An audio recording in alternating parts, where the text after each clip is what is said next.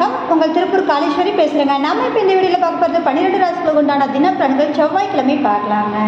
இன்றைய தினம் பார்த்தீங்க அப்படின்னா சங்கடகர சதுர்த்திங்க. இன்றைய தினம் மேசராசி நேயர்களுக்கு இன்றைய தினம் அப்படிங்கும்போது பார்த்தீங்கன்னா நினைத்த காரியம் சிறப்பாக முடியும்.